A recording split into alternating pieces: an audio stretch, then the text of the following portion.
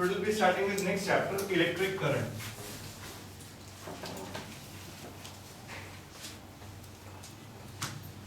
Electric current.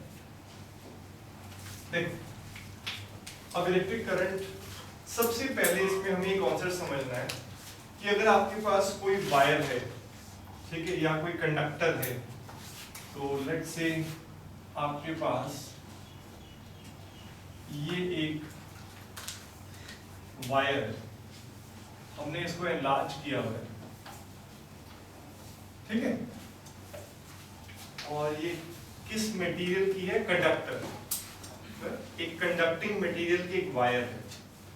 तो हम कब कहते हैं कि इसमें करंट फ्लो कर रहा है?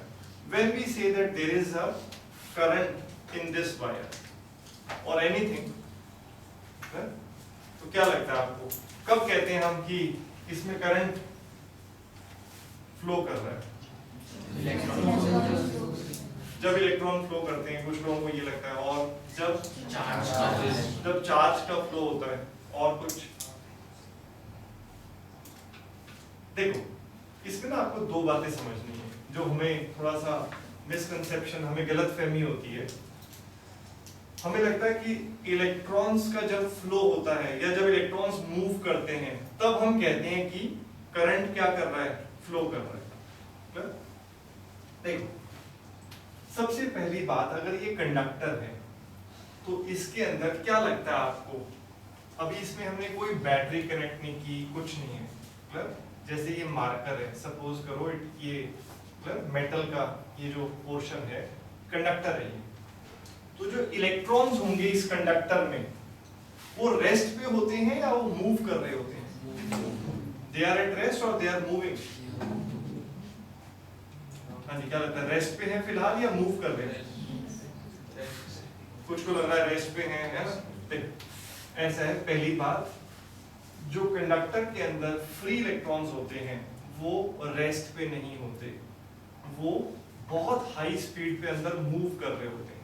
रैंडम मूव तो कर रहे होते हैं, बट वो सभी उठ के किसी डायरेक्शन में नहीं जा रहे हैं, वो रैंडम जिगजैग क्या कर रहे हैं? मोशन कर रहे हैं।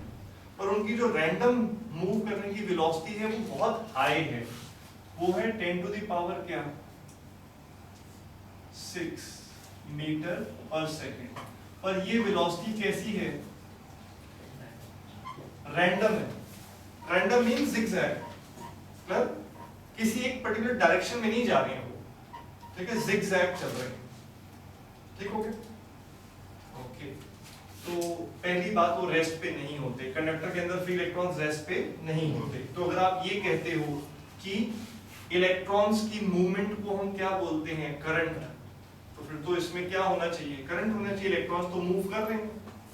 ओके, देखो, इलेक्ट्रॉन्स या चार्जेस की मूवमेंट को नहीं हम बोलते हैं करंट। हम कब बोलते हैं? when we say that there is a current, whenever there is a net flow of charges। इसमें दो वर्ड इंपॉर्टेंट हैं जी। क्या? एक तो क्या वर्ड इंपॉर्टेंट है? नेट, और एक क्या वर्ड इंपॉर्टेंट है? चार्जेस। ये दो की वर्ड्स हैं। तो हम कब कहते हैं कि there is a electric current? हाँ जी, तो इलेक्ट्रिक करंट हम तब कहते हैं whenever there is a net flow of charges। लिखो मतलब भी कुछ भी, नेट फ्लो होना चाहिए, ठीक है। फॉर एग्जाम्पल, अगर मैं यहाँ पर इस कंडक्टर के अंदर, इस वायर के अंदर एक क्या बनाऊं? क्रॉस सेक्शन बनाऊं, एक ऐसे क्रॉस सेक्शन एरिया बनाया मैंने, यू गॉट दिस थिंग। तो क्या होगा? इस एरिया के थ्रू क्या हो रहा है?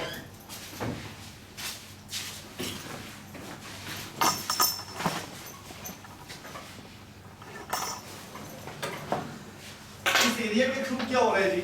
10 इलेक्ट्रॉन्स क्या कर रहे हैं? अगर इधर जा रहे हैं फिलहाल, तो 10 क्या कर रहे हैं? वहां से इधर भी जा रहे हैं। कोई नेट फ्लो नहीं हो रहा है इस एरिया के थ्रू। There is no net flow of charges. तभी फिलहाल अभी हम क्या नहीं कह सकते कि यहाँ पर क्या करंट फ्लो नहीं कर रहा। ये बात समझ में आती है? कोई डाउट इसमें? Okay, good. अच्छा, तो एक तो क्या होना चाहिए, नेट फ्लो होना चाहिए, और किसका फ्लो होना चाहिए, चार्जेस का फ्लो होना चाहिए। क्लियर, कोई डाउट इसमें? तो अगर किसी न्यूट्रल चीज का फ्लो हो रहा होता इस एरिया के थ्रू, तो भी हम नहीं कह पाते कि यहाँ से क्या फ्लो हो रहा है, करंट फ्लो हो रहा है। ये क्लियर?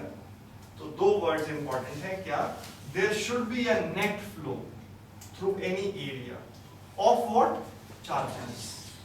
ये क्लियर, कोई डाउट इसमें जी? तब हम कहते हैं कि इस वायर में क्या फ्लो कर रहा है, करंट फ्लो कर रहा है। और any problem in this thing? Okay, good. तो पहली बात तो समझ में आनी चाहिए कि व्हाट इज करंट, है ना, when we say that there is a current.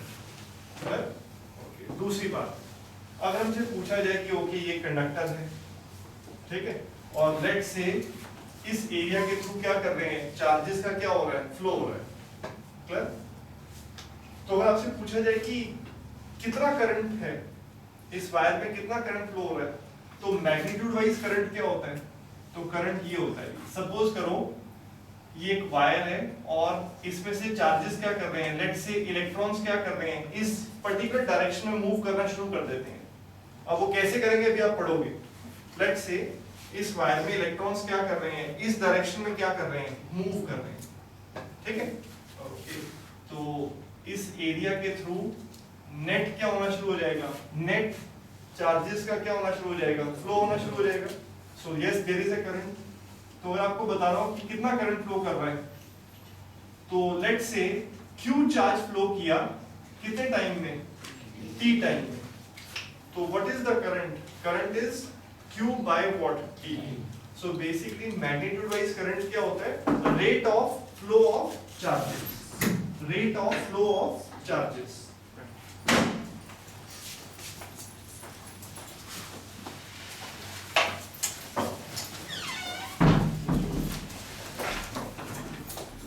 हाँ जी, क्लियर?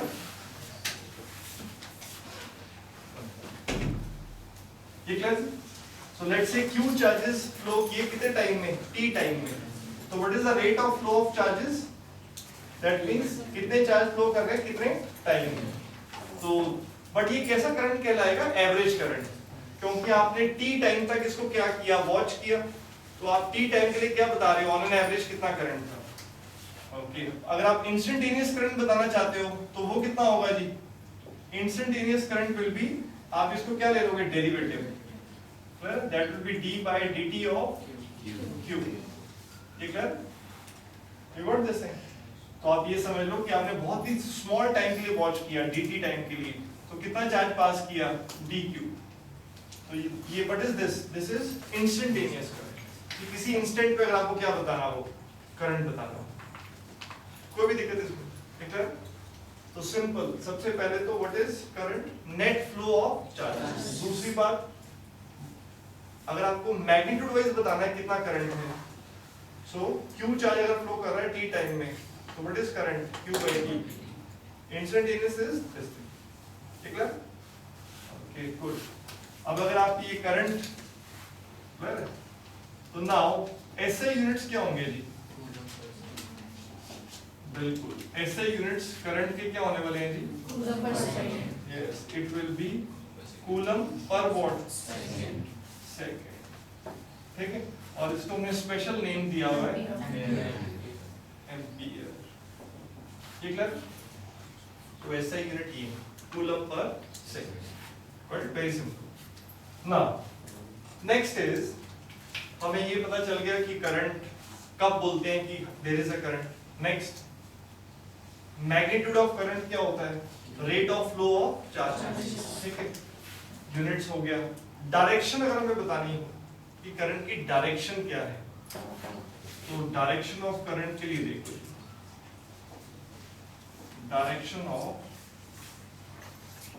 करंट देखो, तो इसमें सबसे पहले ध्यान रखना हम किसकी बात करने वाले हैं,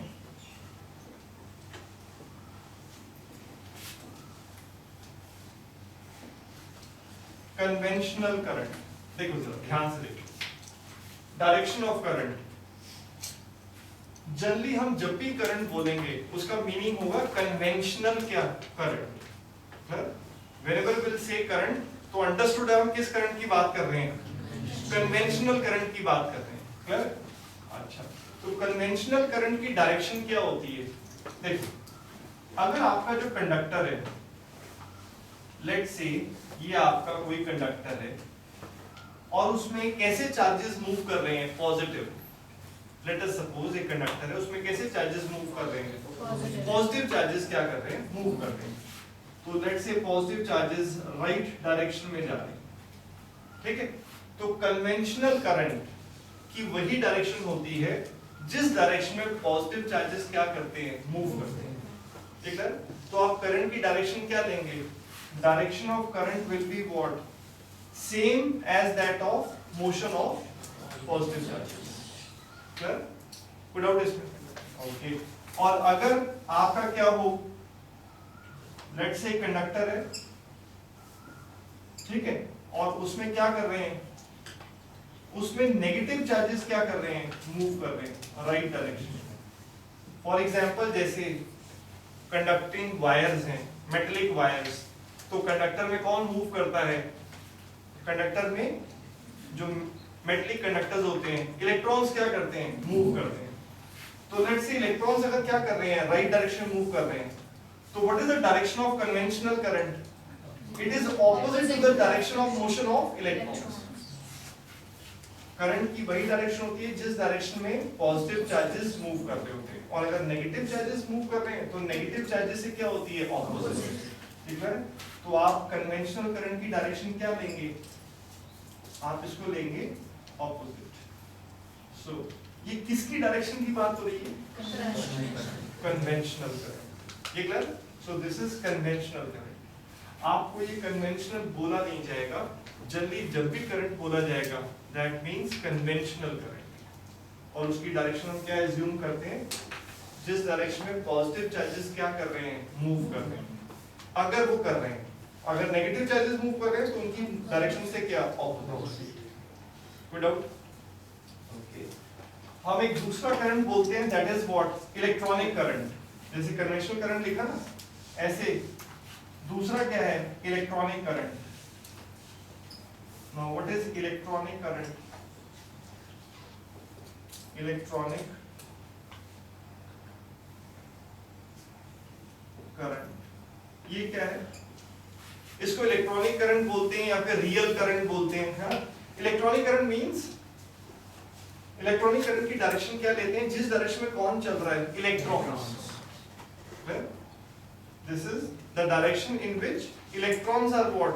मूविंग। उसको हम क्या बोलते हैं? इलेक्ट्रॉनिक करंट, ठीक है? तो इलेक्ट्रॉनिक करंट की डायरेक्शन क्या होगी? राइट, ठीक है? कोई भी डाउट इसमें? बट आप जनरली हमेशा किसकी बात किया करोगे? हम जितने भी साइंस, जितने भी सर्किट्स में शो करते हैं, सब किससे शो करते हैं? कन्वेंशनल करंट, ठीक है? कोई भी डाउट इसमें? तो ये चीज क्लियर कि करंट किसको बोलते हैं? What is the magnitude of current? Clear? Okay. Direction, SI units, direction, किसकी डायरेक्शन? कन्वेंशनल करंट की डायरेक्शन, क्लियर? ना लास्ट, करंट क्या लगता है आपको? स्केलर होगा या वेक्टर होगा? करंट विल बी स्केलर और वेक्टर? हाँ जी, current is a scalar quantity और वेक्टर क्वांटिटी? हाँ जी, व्हाट डू यू थिंक? देखो, अभी तक की जितनी हमने डिस्कशन की तो उससे हमें लगता है कि देखो करंट का मैग्नीट्यूड भी है और करंट की क्या है? डायरेक्शन भी है। तो करंट को क्या होना चाहिए? वेक्टर। बट ये बिल्कुल ठीक नहीं है। वेक्टर बनने के लिए तीन क्या होनी चाहिए? कंडीशंस फुलफिल होनी चाहिए। मैग्नीट्यूड भी होना चाहिए, डायरेक्शन भी होनी चाहिए, और वो वेक्टर एडिशन के रूल्स को भी क्या करे? फॉलो करे। तो करंट का मैग्नीट्यूड भी होता है, डायरेक्शन भी होती है, पर करंट वेक्टर एडिशन के रूल्स को फॉलो नहीं करता। मतलब करंट एड अप कैसे होता है? लाइक नंबर्स, ठीक है? So that is why current is a scalar, though it is having what? Magnitude and what? Direction. Clear? So current is a scalar quantity. Current is a scalar quantity. Though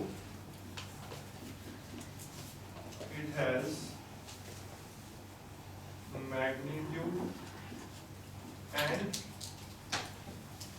direction. ये clear? क्यों है scalar quantity? Because ये vector addition के rules को follow नहीं करता है। ये क्लियर? करंट नंबर्स की तरह एडअप होता है। अगर मैं एक एग्जांपल दूं आपको, देखो सपोज करो इस वायर में 3 एम्पियर करंट है और लेट्स से इस वायर में कितना है 4 एम्पियर करंट है। ये क्लियर? तो ये दोनों वायर्स यहाँ पर ज्वाइन हो रही हैं और ये वाली वायर में करंट, रिजल्टेंट करंट क्या कर रहा है, फ्लो कर रहा है। तो 4 एम्पियर 3 एम्पियर, तो इसमें कितना करंट फ्लो करेगा 7 एम्पियर। ये क्लियर? तो चाहिए वायर्स ऐसे हों या फिर ये वायर्स क्या हो जाए, या फिर ये वायर्स इस तरह से हो जाए। इनके बीच में एंगल अभी क्या है 90, अब एंगल क्या हो गया, चेंज हो गया। ये क्लियर है? तो अब इसमें क्या है, फिर से क्या है 3 एम्पियर और इसमें क्या है 4 एम्पियर। अभी भी इसमें क्या रहने वाला है, इनके एंगल से कोई फर्क ही नहीं पड़ रहा है। आपको बात समझ आती? इन दो में क्या एंगल है उससे कोई फर्क नहीं पड़ रहा है। कोई doubt? So it will be still what 7 ampere. तो करंट कैसे अडॉप्ट हो रहा है, लाइक व्हाट नंबर्स। ठीक है, 3 + 4 7 ही हो रहा है। You got this thing? कोई भी डाउट इसमें? ये क्लियर? तो ये बिल्कुल बेसिक क्लियर क्या चीज है। ठीक है, अब जरा देखो जरा नेक्स्ट चीज क्या है। देखो next is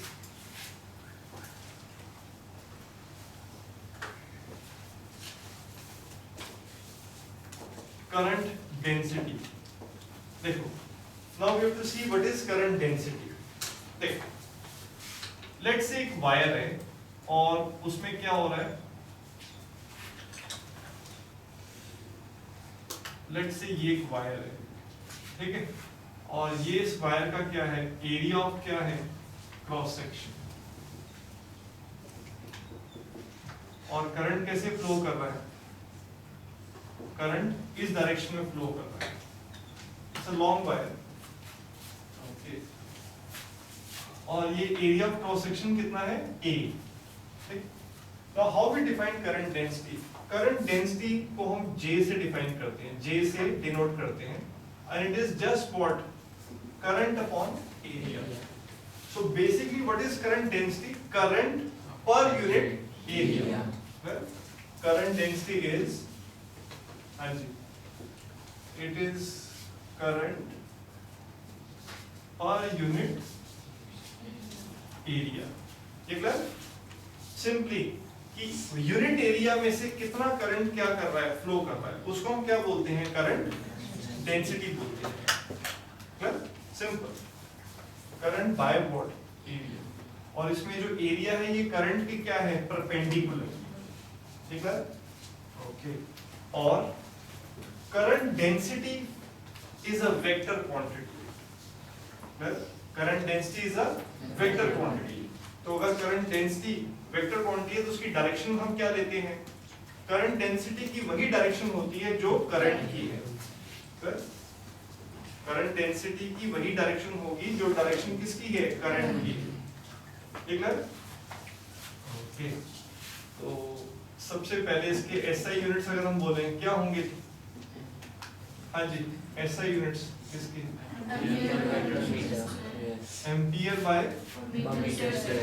yes, metre square. So A by m square. Clear? Okay. And this is a what? Yes. Current density is a vector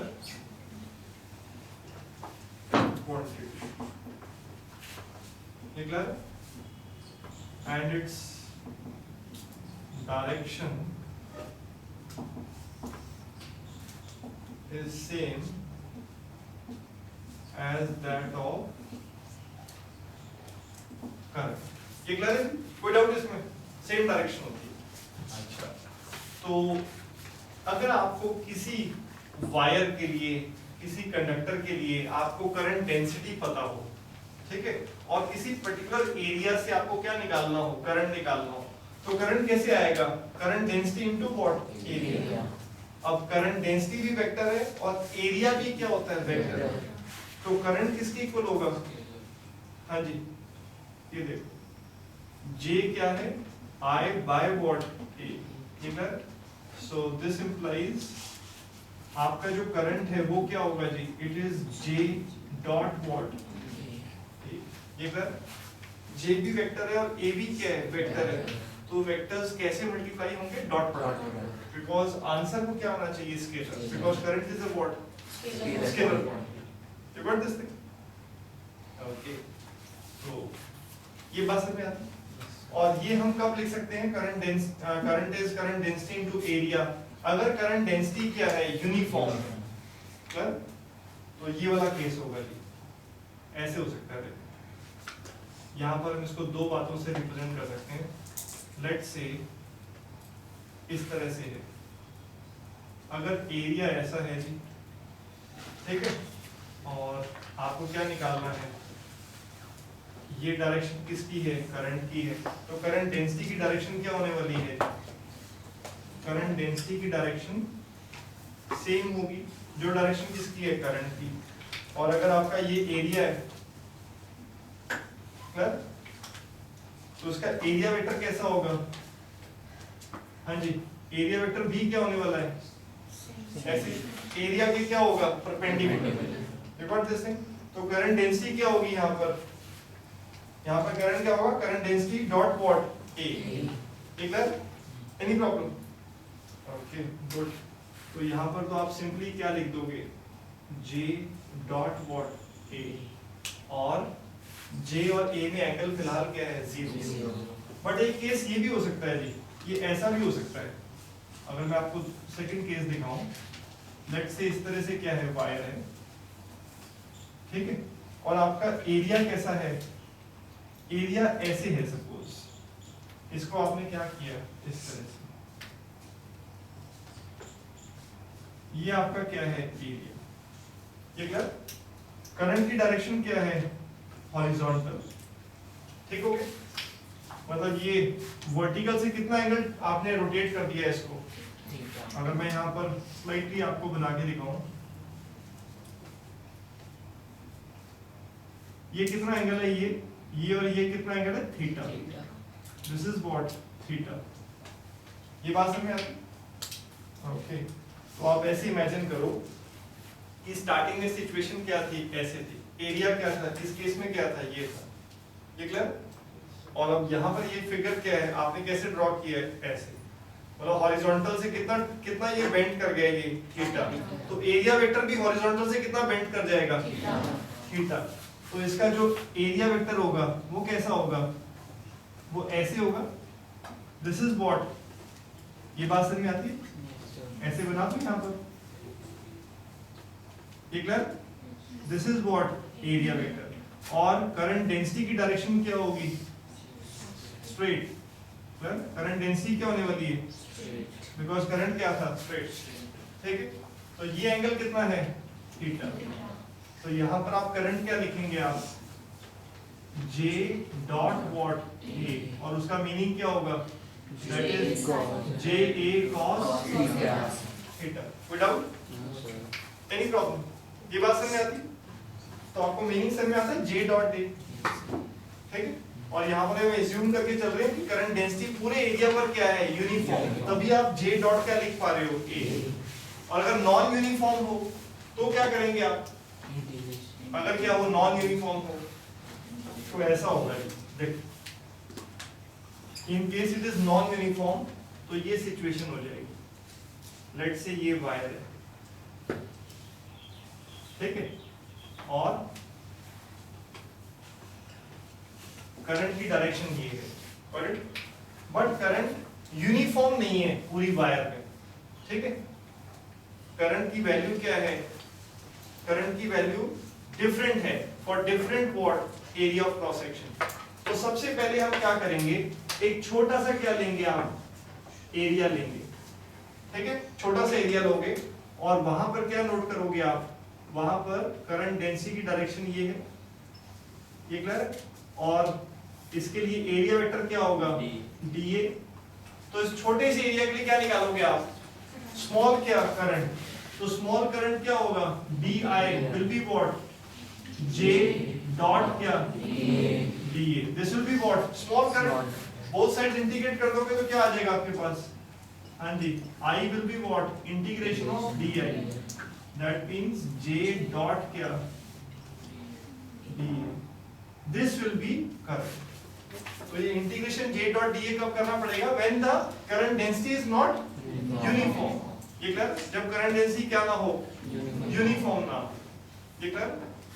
तो अगर आपको ये पूरे एरिया क्रॉस सेक्शन से निकालना था, ठीक है, तो पहले आपने छोटा सा क्या लिया, एरिया लिया, उसके लिए क्या निकाला, स्मॉल करंट, फिर उसको क्या कर दोगे आप, इंटीग्रेट, ठीक है, J डॉट DA इंटीग्रेशन। कोई भी डाउट, ठीक है। तो बेसिकली करंट डेंसिटी क्या होता है, current per unit area, and it is a vector quantity, it is not a scalar quantity, current is a scalar. ये बात समझ में आ रही है? देखो इसमें लेट से हम एक चीज की और बात करते हैं, फिर आप इसको लिखना, ड्रिफ्ट स्पीड। देखो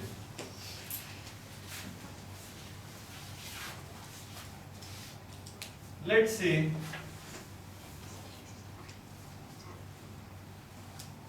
ये एक वायर है, एनलार्ज करके दिखाया हुआ है आपको, ठीक है,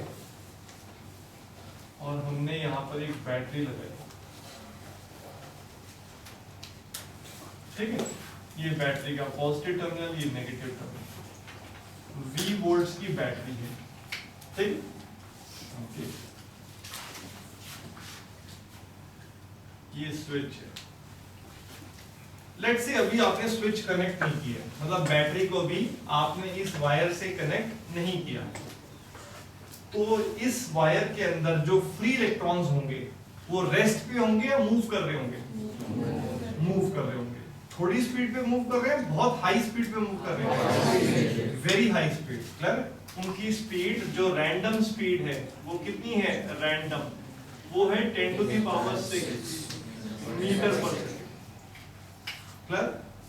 बट अगर वो इतनी हाई स्पीड पे मूव कर रहे हैं तो हम ये क्यों नहीं कहते कि इसमें करंट फ्लो कर रहा है, बिकॉज वो किसी पर्टिकुलर डायरेक्शन में नहीं जा रहे हैं ना, वो राइट नहीं जा रहे, वो लेफ्ट नहीं जा रहे, अप नहीं जा रहे, डाउन नहीं जा रहे, वो रैंडम मूव कर रहे हैं, ठीक है। तो अगर आप कोई भी क्रॉस सेक्शन लोगे, कोई भी क्रॉस सेक्शन लोगे इस वायर का, कोई भी पोर्शन लोगे, तो उस पोर्शन के थ्रू फ्लो तो हो रहा है, बट कोई भी नेट फ्लो नहीं हो रहा है इलेक्ट्रॉन्स का। उस पोर्शन के थ्रू हो सकता है आपने टी टाइम के लिए वॉच किया, 100 इलेक्ट्रॉन्स इधर चले गए, तो 100 ही वहां से कहां चले गए, इस डायरेक्शन में चले गए, तो नेट फ्लो कुछ नहीं हो रहा, फ्लो तो हो रहा है बट नेट फ्लो नहीं हो रहा, तो दैट इज व्हाई कुछ करंट फ्लो नहीं हो रहा फिलहाल। ये बात समझ में आती है? Okay good.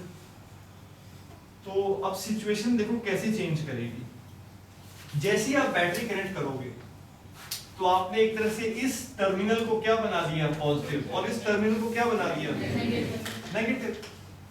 तो इलेक्ट्रॉन्स अंदर क्या कर रहे थे, रैंडम कर रहे थे, पर जैसे ही आपने क्या किया, जैसे ही आपने बैटरी कनेक्ट की तो मटेरियल के अंदर आपने क्या अप्लाई कर दी, इलेक्ट्रिक फील्ड अप्लाई कर दी।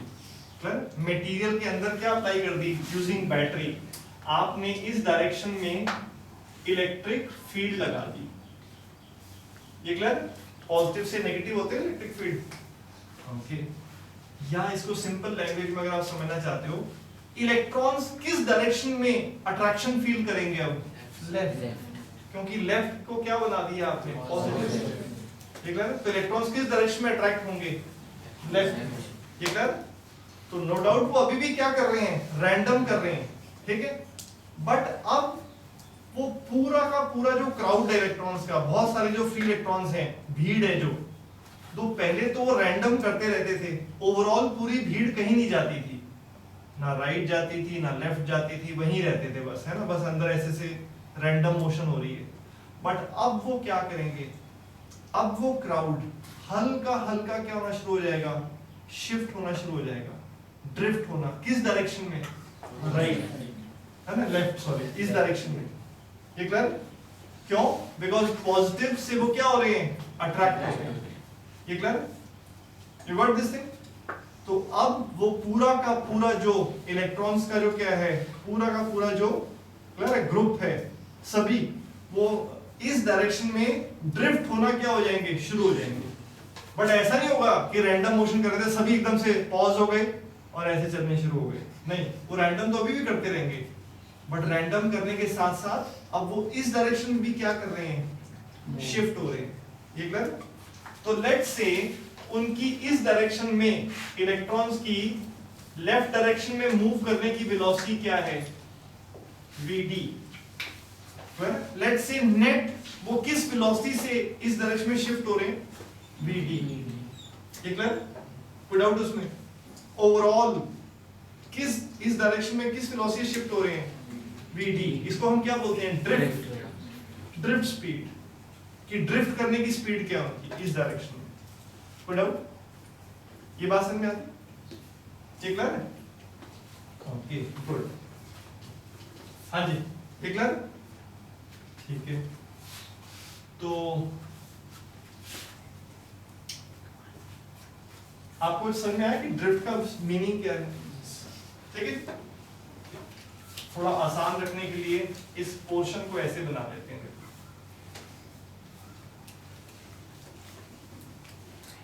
बहुत लॉन्ग वायर है और उसमें आपने बैटरी कनेक्ट की हुई है, ठीक है, और हम उस वायर का कितना पोर्शन ले रहे हैं, हम उस वायर का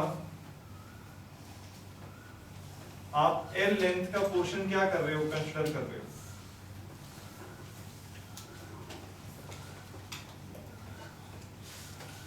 ये बात समझ रहे हो? लॉन्ग वायर जिसके क्रॉस क्या लगा रखी है, बैटरी, ठीक है, ओके, और हमने उसका क्या लिया, हम उस वायर का कितना पोर्शन देख रहे हैं, L लेंथ का पोर्शन देख रहे हैं। ये क्लियर? L, okay good. और इसका एरिया ऑफ क्रॉस सेक्शन कितना है, A क्या है, एरिया ऑफ क्रॉस सेक्शन। ठीक हो गया? ओके, और इस वायर के लिए हमें क्या दे रखी है, नंबर डेंसिटी क्या है, N। N क्या है, number density. Number density means number of free electrons per unit volume, number of free electrons per unit volume, number of free electrons per unit volume. ठीक है? तो लेट अस से एक wire में current flow कर रहा है, उसका L लेंथ का पोर्शन हमने कंसीडर किया, और इसके लिए हमें क्या गिवन है कि number of free electrons per unit volume कितने हैं। ठीक हो गया? ओके, और इलेक्ट्रॉन्स कहां जा रहे हैं, लेट से इलेक्ट्रॉन्स जा रहे हैं इस डायरेक्शन, यही वाला केस ले रहे हैं हम। इलेक्ट्रॉन्स कहां जा रहे हैं, लेफ्ट। उनकी ड्रिफ्ट वेलोसिटी क्या है, ड्रिफ्ट वेलोसिटी कितनी है, vd। ठीक है, पुट आउट इसमें, ओके, और इलेक्ट्रॉन इधर जा रहे हैं तो इसका मतलब जरूर ये एंड क्या रहा होगा, पॉजिटिव, और ये एंड क्या होगा, नेगेटिव। इसका मतलब इलेक्ट्रिक फील्ड किस डायरेक्शन में है, इलेक्ट्रिक फील्ड किस डायरेक्शन में है जी, यस, इलेक्ट्रिक फील्ड है राइट डायरेक्शन में। और करंट किस डायरेक्शन में है, राइट। करंट किस डायरेक्शन में होगा जी, करंट भी राइट डायरेक्शन में होगा। क्लियर है? और अगर मैं इन सबको बनाऊं तो आप देख सकते हो कि इलेक्ट्रिक फील्ड राइट डायरेक्शन में, करंट राइट डायरेक्शन में, और करंट डेंसिटी भी क्या होगी, राइट डायरेक्शन में। ये क्लियर है? तो ये तीनों की डायरेक्शन क्या होती है, सेम होती है। ठीक है, कोई डाउट इसमें? ओके, वापिस आ जाते हैं। L लेंथ का पोर्शन है, इलेक्ट्रॉन्स क्या कर रहे हैं, फ्लो कर रहे हैं। ठीक हो गया जी? Okay good. सबसे पहले बताओ L लेंथ के पोर्शन में, ये जो L लेंथ का पोर्शन है, क्लियर, करंट क्या होता है जी, Q बाय वॉट, T होता है। ठीक है, current is Q by T। हम इस वायर में करंट क्या करना चाहते हैं, फाइंड आउट करना चाहते हैं करंट का रिलेशन किसकी टर्म्स में, ड्रिफ्ट स्पीड की टर्म्स में। ठीक है, तो okay, now we want to write current in this wire, current is Q by T। Clear? Okay, तो हम लेट अस सपोज इस एरिया को वॉच करो आप, इस एरिया ऑफ क्रॉस सेक्शन को क्या करो, वॉच करो। एल लेंथ के पोर्शन में टोटल कितने फ्री इलेक्ट्रॉन्स हैं, कैसे बताएंगे हम? क्यू, हाँ जी, total number of free electron in this portion in L length of this wire, what is total number of free electrons? N क्या है? Number of free electrons per unit volume. तो इतनी वायर का volume क्या है? हाँ जी, इस wire का वॉल्यूम क्या है? A into what? L। ये है volume of this wire. N क्या है? Number of free electrons per unit volume. तो इतने वॉल्यूम में कितने इलेक्ट्रॉन्स होंगे? Into what? N। तो total number of free electrons आ गए जो चल रहे हैं। एक इलेक्ट्रॉन पे चार्ज क्या है? E। तो इन सभी पे टोटल चार्ज क्या होगा? Into what? E। बात समझ में आती? ठीक है? हमने क्या निकाल लिया? इस L लेंथ के पोर्शन में what is the charge that is flowing, कितना टोटल चार्ज है जो क्या करेगा? फ्लो करेगा। दोबारा सुन लो, Al is the volume, N से मल्टीप्लाई किया, क्या आ गया? Number of free electrons in this portion. E से मल्टीप्लाई किया, क्या आ गया? Charge, total charge that will be flowing. ये क्लियर? अब समझो एक बात, जो इलेक्ट्रॉन बिल्कुल यहां पर था इस एल लेंथ के पोर्शन के, क्या था? बिल्कुल बाउंड्री पे, एज पे। ठीक है? ठीक है, उसको यहां से यहां तक पहुंचने में टाइम क्या लगेगा? जो बिल्कुल एंड पे था, हम इसको कंसीडर कर रहे हैं, जो बिल्कुल इस एंड पे था, उसको इस एंड को क्रॉस करने में टाइम क्या लगने वाला है? हाँ जी, what is the time? L upon what? VD। Clear? ये जो बिल्कुल लास्ट में है यहाँ पर, क्लियर? L लेंथ की वायर को हम ले रहे हैं ना, तो जो बिल्कुल इस एंड पे है, उसको इस एंड तक पहुंचने में टाइम कितना लगेगा? L by VD, distance upon क्या? स्पीड। कोई डाउट? अच्छा, अब एक बात सोचो, ये इलेक्ट्रॉन अगर यहाँ से क्रॉस कर जाएगा, तो इसका मतलब यहाँ से यहाँ तक जितने भी चार्जेस थे वो भी क्या कर गए? क्रॉस कर गए। क्लियर? तो इतने टाइम में ये पूरा चार्ज इस एरिया से क्या कर जाएगा? क्रॉस कर जाएगा। इमेजिन लाइक दिस, है, जब ऐसे निकलेंगे तो जब ये निकल गया, इसका मतलब इससे आगे वाले तो सभी पास कर ही गए। तो अगर आपको यहां से करंट बताना है, तो what is current? Current is Q by what? T। और Q आप निकाल चुके हैं, टोटल इस L लेंथ के पोर्शन में चार्ज क्या है? It is NaLe upon what? L by VD। कोई doubt? VD will go up, क्या बन गया जी? NaLe upon what? कैंसर। तो I क्या आ गया जी? हाँ जी, ऐसे लिख सकता हूँ। Current is NeVD। N क्या है? Number of free electrons per unit volume. E क्या है? Charge on one electron. A area of cross section. VD drift speed. Clear? You got this? Mind it, VD ये नहीं है, VD है किस velocity से वो क्या कर रहे हैं? ड्रिफ्ट कर रहे हैं, खिसक रहे हैं। क्यों? Because of the attraction of positive. पूरा का पूरा ग्रुप क्या कर रहा है? इधर की तरफ जा रहा है, हल्का हल्का। ठीक है? And it is a very small speed VD। अच्छा, A को नीचे ले आओ तो क्या हो जाएगा? I by A किसके इक्वल हो गया? NeVD। और I by A क्या होता है? J। तो J क्या हो गया? Ne। कोई भी डाउट इसमें? ठीक है? So this is drift speed। ठीक है? यहाँ तक। What is resistance and what is resistivity? सबसे पहले रेजिस्टेंस देखो, लेट्स से आपने एक ऑब्जेक्ट लिया, ठीक है? लेट्स से ये एक कंडक्टर है और आपने इसके क्रॉस V वोल्ट की बैटरी को क्या कर दिया? कनेक्ट कर दिया। ठीक है? ये कंडक्टर है, V वोल्ट की बैटरी हमने कनेक्ट कर दी और इसकी लेंथ क्या थी? L इसकी लेंथ। ठीक है? तो जैसे ही आप बैटरी कनेक्ट करेंगे तो इलेक्ट्रॉन्स कहां की तरफ अट्रैक्ट होंगे? कहां ड्रिफ्ट होना स्टार्ट हो जाएंगे? यस, इलेक्ट्रॉन्स इस तरफ क्या होना शुरू हो जाएंगे, ड्रिफ्ट होना, ठीक है। और करंट की डायरेक्शन क्या होगी, opposite to the direction of electron. Electron इस डायरेक्शन मूव कर रहे हैं तो करंट की डायरेक्शन राइट होगी। So this is the direction of current, ठीक है। Okay good. और इस ऑब्जेक्ट के क्रॉस बैटरी ने कितना पोटेंशियल डिफरेंस अप्लाई किया, V वोल्ट की बैटरी का मतलब है इसके दो एंड्स के बीच में आपने कितना पोटेंशियल डिफरेंस अप्लाई किया है, V वोल्ट। ये क्लियर। तो अगर कोई आपसे पूछे कि इस ऑब्जेक्ट की रेजिस्टेंस क्या है, क्लियर, रेजिस्टेंस, रेजिस्टेंस किसके लिए, to the flow of current, clear, कि करंट के पाथ में कितना ऑब्स्ट्रक्शन है, what is the resistance of this object. तो हमने रेजिस्टेंस को कैसे डिफाइन किया हुआ है जी, हमने रेजिस्टेंस को डिफाइन किया हुआ है, resistance is equal to potential difference applied across the object divide by what, current in the object, ठीक। तो ये जो रेशो है इसको हमने क्या डिफाइन किया हुआ है, resistance of this object. V क्या है, पोटेंशियल डिफरेंस आपने कितना अप्लाई किया, और I क्या है, पोटेंशियल डिफरेंस की वजह से उस ऑब्जेक्ट में कितना करंट क्या कर रहा है, फ्लो कर रहा है, ठीक है। तो इस रेशो को बोलते हैं रेजिस्टेंस ऑफ दिस ऑब्जेक्ट, ठीक है।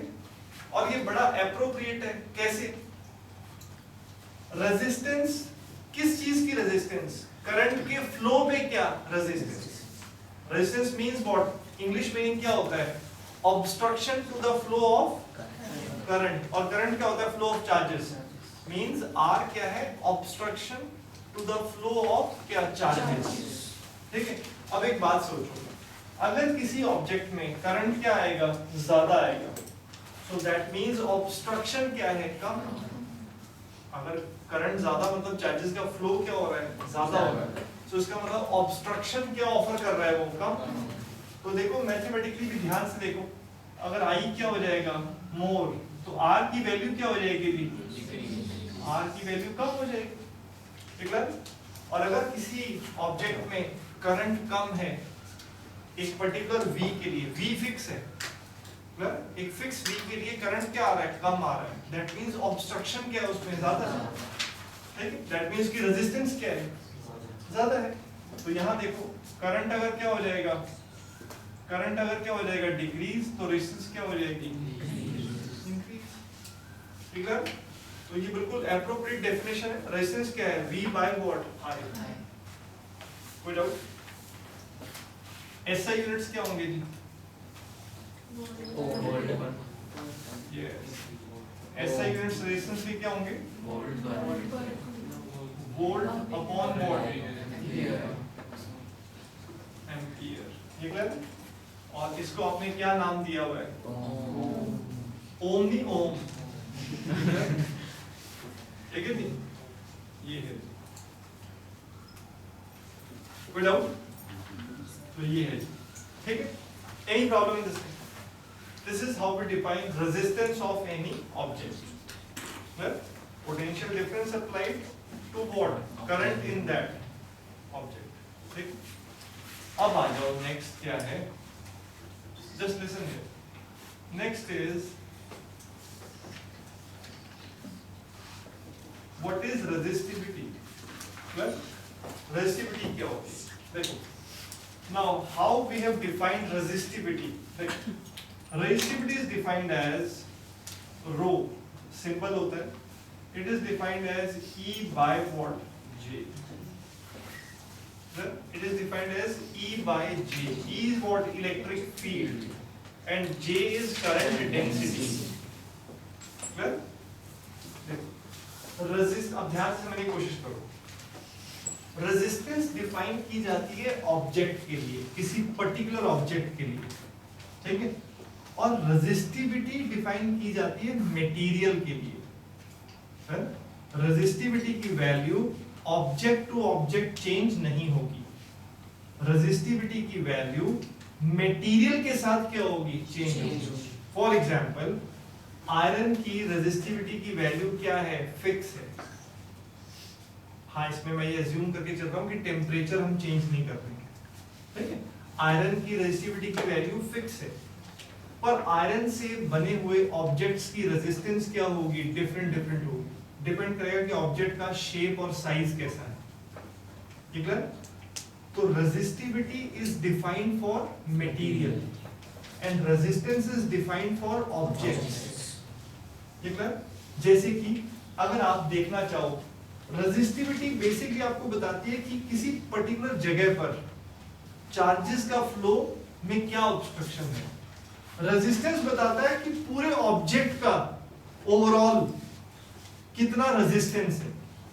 जैसे आप यहां पर रेजिस्टिविटी की वैल्यू निकाल सकते हो, इस जगह पर कैसे निकालोगे, note down what electric field and what current density, you will get what resistivity.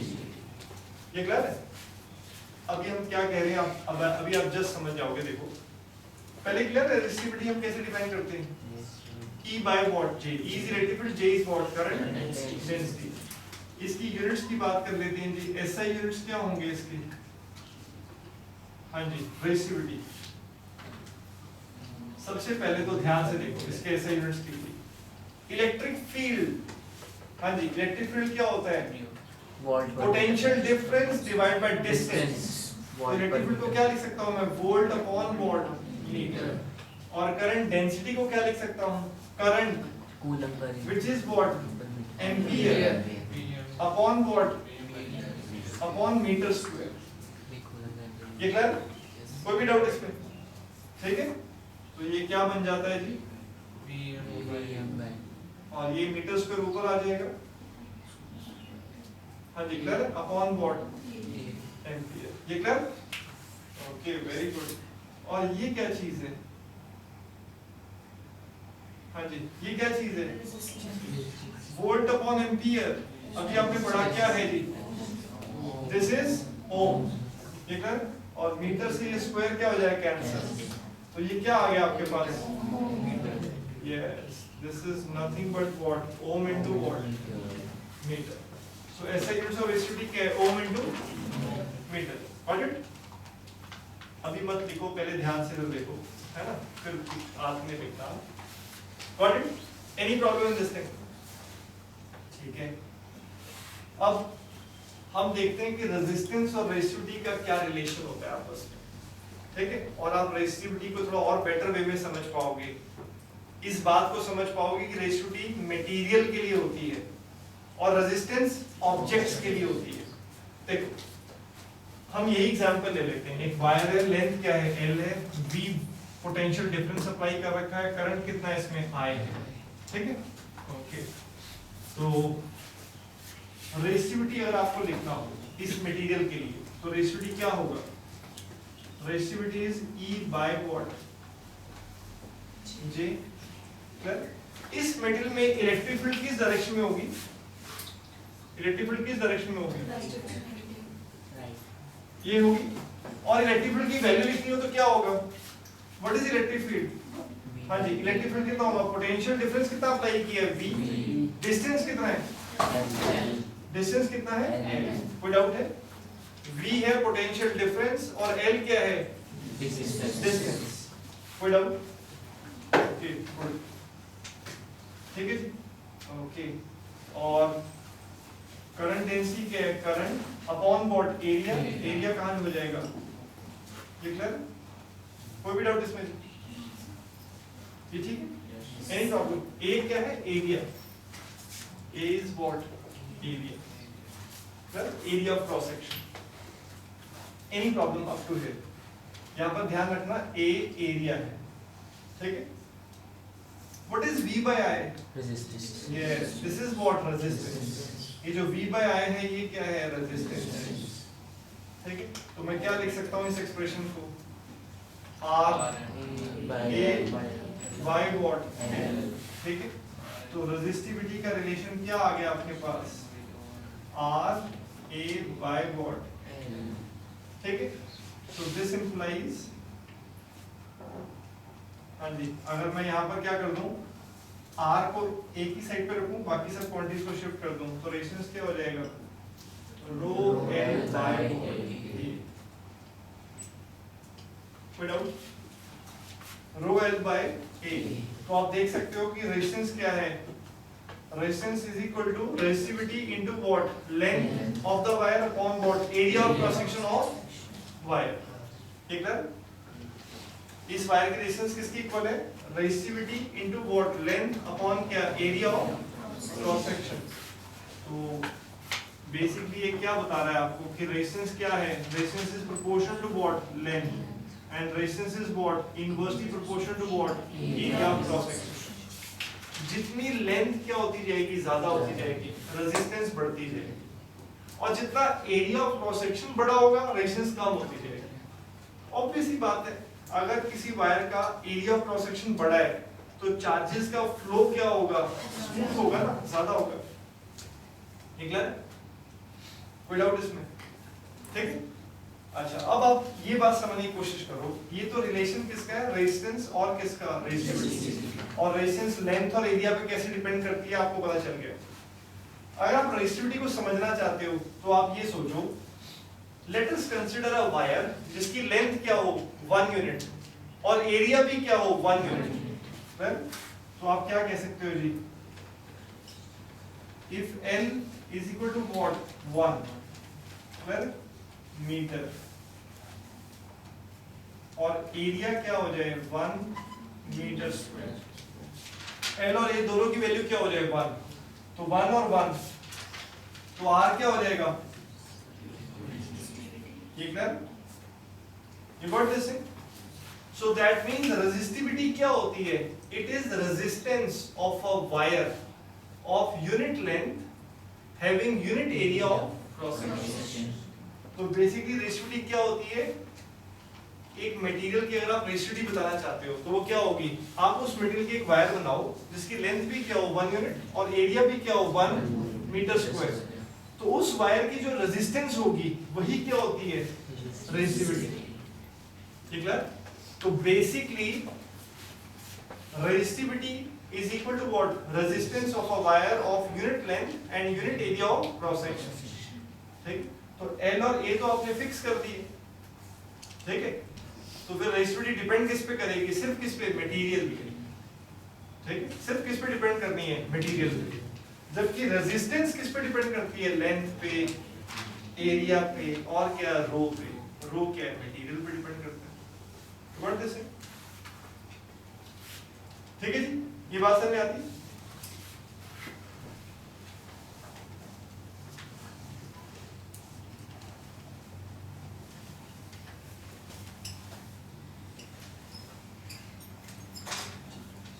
हाँ जी, ratio depends upon material. You got this?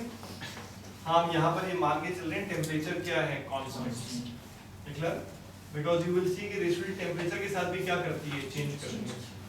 Okay, just a minute, अभी लिखूंगा। यहाँ तक क्लियर? रेजिस्टेंस क्लियर, फिर रेशियोटी क्लियर, यूनिट्स क्लियर, ठीक है, then resistance और रेशियोटी का रिलेशन क्लियर, ठीक है। अब एक चीज हम साथ में ही डिस्कस कर लेते हैं, क्या, रेजिस्टिविटी फिक्स होती है मटेरियल के लिए एट अ फिक्स टेम्परेचर। अगर टेम्परेचर चेंज करेगा तो रेजिस्टिविटी की वैल्यू क्या कर जाती है, चेंज कर जाती है। रेजिस्टिविटी की वैल्यू चेंज करती है विद क्या, टेम्परेचर। ठीक है, तो कितनी चेंज करती है वो देख लेते हैं हम। देखो, वेरिएशन ऑफ रेजिस्टिविटी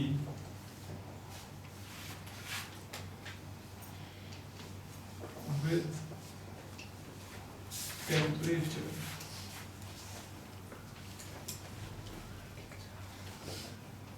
ठीक है, variation of resistivity with what, temperature. तो जरा ध्यान से देखो जी, देखो लेट्स से एक मटेरियल है, उसकी रेजिस्टिविटी क्या है, रो नॉट, किस टेम्परेचर पर, टी नॉट पे, और लेट्स से हमने टेम्परेचर बढ़ा दिया तो उसकी रेजिस्टिविटी क्या हो जाएगी, रो, किस टेम्परेचर पर, टी पर। ठीक है, let's say rho naught resistivity है टी नॉट टेम्परेचर पे, और आपने उसको टेम्परेचर को बढ़ाया तो टी टेम्परेचर पर रेजिस्टिविटी क्या हो गई, लेट्स से क्या, rho. Now we have seen experimentally कि change in resistivity is proportional to what? Initial resistivity. Delta rho क्या है? Change in resistivity. Final minus क्या? Initial. It is proportional to what? Initial. And it is also proportional to what? Change in temperature. ठीक है? Change in resistivity proportional to what? Initial and what? Change in temperature. तो हम दोनों को combine कर दें तो क्या हो जाएगा जी? रो नॉट डेल्टा टी. और अगर आप इसको हटाकर क्या लेकर आओगे? कांस्टेंट. इक्वल टू साइन लाओगे तो क्या आएगा? कांस्टेंट. तो rho naught alpha delta T. Alpha क्या है? Constant of proportionality. ठीक है? इसे हम क्या बोलते हैं कि this is temperature coefficient of resistivity. Temperature coefficient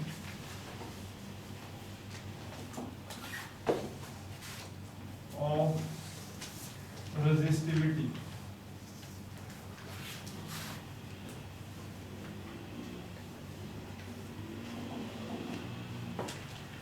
ये मटेरियल पे डिपेंड करेगा जी अल्फा.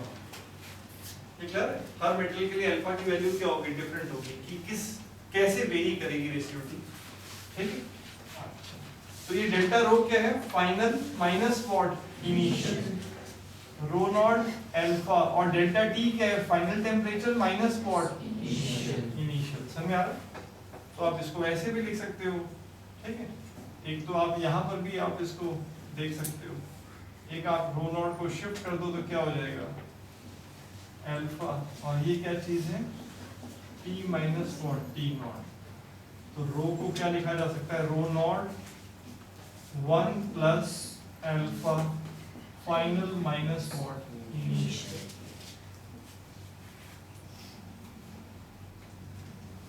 ये बात समझ आती? कोई डाउट इसमें? So this is how, this is resistivity at temperature what? T. ये क्या है? resistivity at temperature T naught. और alpha क्या है? temperature coefficient of resistivity. Its value will be different for different materials. ठीक है? कोई भी डाउट इसमें? तो रेसिस्टिविटी ऐसे चेंज करती है विद टेम्परेचर. ठीक है? यहाँ तक. देख. Now what is Ohm's law? देख. सपोज करो कोई ऑब्जेक्ट है, उसके क्रॉस हमने V पोटेंशियल डिफरेंस क्या किया? अप्लाई किया, जिसकी वजह से उसमें से कितना करंट फ्लो कर रहा है? I. ठीक है? ओके. तो if potential difference is proportional to what? current. किसी ऑब्जेक्ट के लिए अगर पोटेंशियल डिफरेंस और करंट दोनों क्या है? प्रोपोर्शनल है. मतलब जैसे आप पोटेंशियल डिफरेंस क्या कर रहे हो? बढ़ा रहे हो. करंट भी सेम प्रोपोर्शनैलिटी में अगर बढ़ रहा है उस ऑब्जेक्ट के लिए, तो हम कहते हैं कि वो ऑब्जेक्ट क्या फॉलो कर रहा है? ओम्स लॉ फॉलो कर रहा है. This is Ohm's law that V is proportional to. निकला? अब बेसिकली इसमें जो लॉ वर्ड यूज किया हुआ है वो हिस्टोरिकली ऐसा लिखा गया है, Ohm's law, but basically it is not a law, it's a statement. कुछ चीजें इसको फॉलो करती हैं, कुछ चीजें फॉलो नहीं करती हैं. तो जो फॉलो करता है उसको हम बोलते हैं कि ये क्या है? Ohm's law फॉलो करते हैं, या उनको ओमिक डिवाइस बोलते हैं. और जो फॉलो नहीं करते इसको, उनको बोलते हैं कि ओम्स लॉ फॉलो नहीं कर रहे, या उनको नॉन ओमिक डिवाइस बोलते हैं. सिंपल. लॉ तो तब बोलते हैं ना बेसिकली जब सभी क्या करें? फॉलो करें. तो लॉ वर्ड हिस्टोरिकली यूज हो रहा है, but it's not a law. और है क्या ओम्स लॉ? कि V is proportional to what? तो अगर किसी ऑब्जेक्ट में वोल्टेज और करंट प्रोपोर्शनल है तो दैट मींस वो ओम्स लॉ फॉलो कर रहा है. ठीक? Very good. अब जरा ध्यान से देखो, रेजिस्टेंस को आपने कैसे डिफाइन किया हुआ है? What is resistance? V by what? I. ठीक है? Resistance is V by I. किसी भी ऑब्जेक्ट की रेजिस्टेंस क्या होती है? V upon I. और अगर वो ऑब्जेक्ट ओम्स लॉ फॉलो कर रहा है तो दैट मींस v और i दोनों क्या है, प्रोपोर्शनल है, ठीक है। तो इसका क्या मीनिंग हुआ, if something is following Ohm's law, तो v और i क्या है, प्रोपोर्शनल, तो दैट मींस उसकी रेजिस्टेंस क्या रहने वाली है, कांस्टेंट, मतलब वो विद वोल्टेज चेंज नहीं होगी। क्यों, बिकॉज सपोज करो आपने वोल्टेज क्या कर दिया, आपने डबल, तो करंट भी क्या हो जाएगा, डबल, तो 2 क्या होंगे, कैंसिल होंगे। अगर आपने ये ट्रिपल कर दी तो करंट भी क्या हो जाएगा, ट्रिपल, तो ये फिर से 3 कैंसिल, तो रेजिस्टेंस क्या रहने वाली है, ठीक है। So that means Ohm's law को ऐसे भी कह सकते हैं कि resistance is independent of voltage, ठीक है, ठीक है। कब कहोगे आपकी ओम्स लॉ फॉलो हो रहा है, if V is proportional to, अगर V और I प्रोपोर्शनल हो जाएंगे तो R क्या हो जाएगा, इंडिपेंडेंट ऑफ V हो जाएगा, ठीक है। और इस बात को हम रेजिस्टिविटी की टर्म्स में लिखना चाहें तो रेजिस्टिविटी क्या होता है, E बाय वॉट, J होता है, ठीक है। तो अगर ओम्स लॉ फॉलो होगा तो अब यहां देखो तो बेसिकली क्या हो जाएगा, rho will be independent of electric field, well rho will not change with what, electric field. ये बात समझ में आ रही है, पुट आउट दिस, तो यहां पर हम इस तरह से कह सकते हैं, ये बात है। Ohm's law basically means what, resistance is independent of voltage, और अगर इसकी टर्म्स में कहना चाहते हो resistivity is independent of electric field, ठीक है। और अगर वोल्टेज और करंट प्रोपोर्शनल है तो ग्राफ कैसा आएगा जी इनका, हाँ जी, V और I का ग्राफ कैसा आएगा, it will be a straight line, और इसकी जो स्लोप होगी इस लाइन की वो क्या देगी आपको, tan थीटा क्या होगा, परपेंडिकुलर, जो कि क्या देगा, वोल्टेज अपॉन बेस, वो क्या है, करंट, तो tan theta is equal to what, this is V by I, which is what, resistance, ठीक है। ये क्या चीज है, स्लोप, ठीक है, स्लोप। कोई भी डाउट इसमें, Ohm's law clear, what is Ohm's law, ठीक है।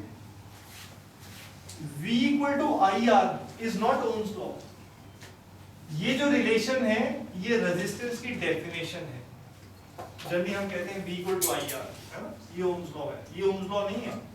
V equal to IR तो किसी भी चीज के लिए लिख सकते हो आप, क्योंकि वो तो रेजिस्टेंस की क्या है, डेफिनेशन।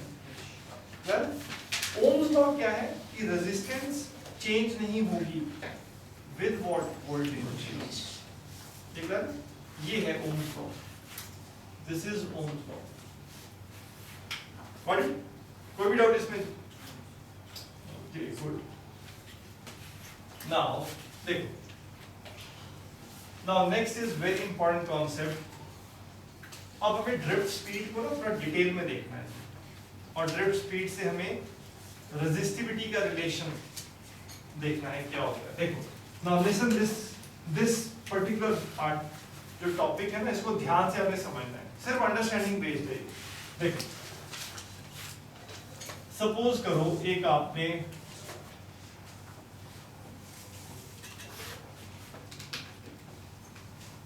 ये एक कंडक्टर है और आपने इसके क्रॉस बैटरी को कनेक्ट कर दिया, ये स्विच है,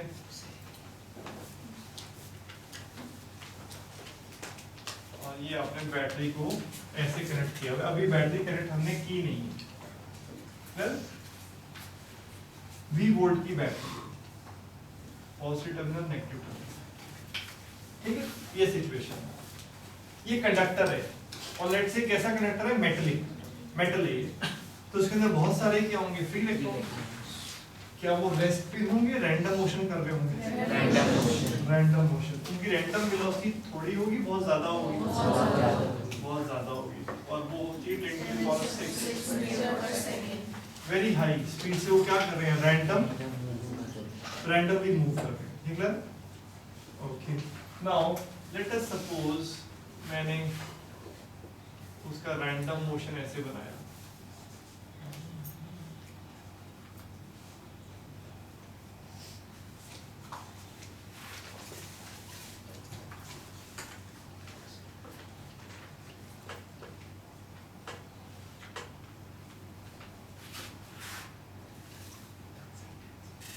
देखो ये मैंने क्या किया है, एक इलेक्ट्रॉन क्या कर रहा है, रैंडम मोशन कर रहा है, ठीक है। अब इलेक्ट्रॉन जब अंदर रैंडम मोशन कर रहे होंगे तो वो कोलाइड कर रहे होंगे, किन से कोलाइड कर रहे होंगे, आयंस के साथ। They are colliding with what, ions. ये बात समझ आती है, गुड। तो लेट्स से यहां से मैंने इसको वॉच करना शुरू किया, जब उसका कोलिजन कहां पर हुआ इलेक्ट्रॉन का, ए पर, तो यहां से मैंने उसको वॉच करना शुरू किया, उसने एक कोलिजन ये किया, फिर यहाँ पर कोलिजन किया, फिर यहाँ पर कोलिजन किया, है ना, यहाँ पर। ऐसा नहीं यहाँ पर वो रुक गया, वो तो और भी करेगा, बट मैंने उसको लेट्स से 2-3 कोलिजन्स के लिए वॉच किया, ठीक है। ये उसका पाथ है। अभी हमने बैटरी कनेक्ट नहीं की, you got this, good. Now अभी इलेक्ट्रॉन्स का कोई डायरेक्टेड मोशन है, कहीं जा रहे हैं वो, राइट लेफ्ट अप डाउन, मतलब उनकी ड्रिफ्ट स्पीड क्या है फिलहाल, 0। ड्रिफ्ट स्पीड मतलब कोई डायरेक्टेड स्पीड है उनके पास, नहीं, रैंडम है, ओवरऑल वो कहीं नहीं जा रही, ठीक है। तो अभी हमने इस मेटेरियल के अंदर इलेक्ट्रिक फील्ड कितनी अप्लाई की है, 0, कोई इलेक्ट्रिक फील्ड अप्लाई नहीं की, बैटरी अभी कनेक्ट नहीं की, स्विच अभी ऑन नहीं किया। तो एक बात तो आपको क्लियर है, देखो कि जब आपका क्या होगा, when E is what, जब इलेक्ट्रिक फील्ड आपने क्या अप्लाई की है जी, 0, तो ड्रिफ्ट स्पीड भी क्या होगी जी, 0। यस, ड्रिफ्ट स्पीड भी क्या होने वाली है, 0। कोई डाउट तो नहीं इसमें।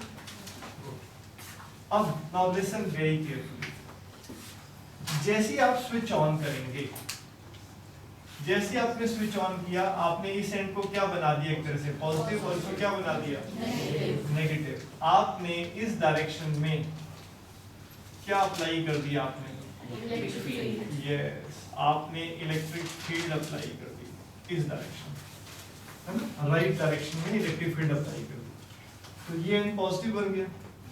अब इलेक्ट्रॉन्स किस डायरेक्शन में अट्रैक्शन फील करेंगे, है ना, इस डायरेक्शन, पॉजिटिव की तरफ अट्रैक्शन फील करेंगे। तो लेट अस से अब वही जो इलेक्ट्रॉन है जिसने पहले ये पाथ बनाया था, अब अगर इलेक्ट्रिक फील्ड के अंदर मुझे पाथ बनाना हो तो हल्का सा क्या हो जाएगा, डेविएट हो जाएगा। तो अब की बार पाथ कैसा बनेगा जी, देखो नाउ दिस टाइम मैं थोड़ा सा आपको ज्यादा बढ़ा के दिखा रहा हूं ताकि आपको समझ आए।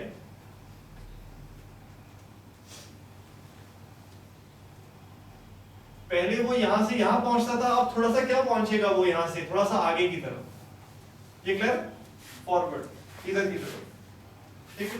पहले वो यहां तक पहुंचता था, अब कहां पहुंचेगा, स्लाइटली क्या, फॉरवर्ड।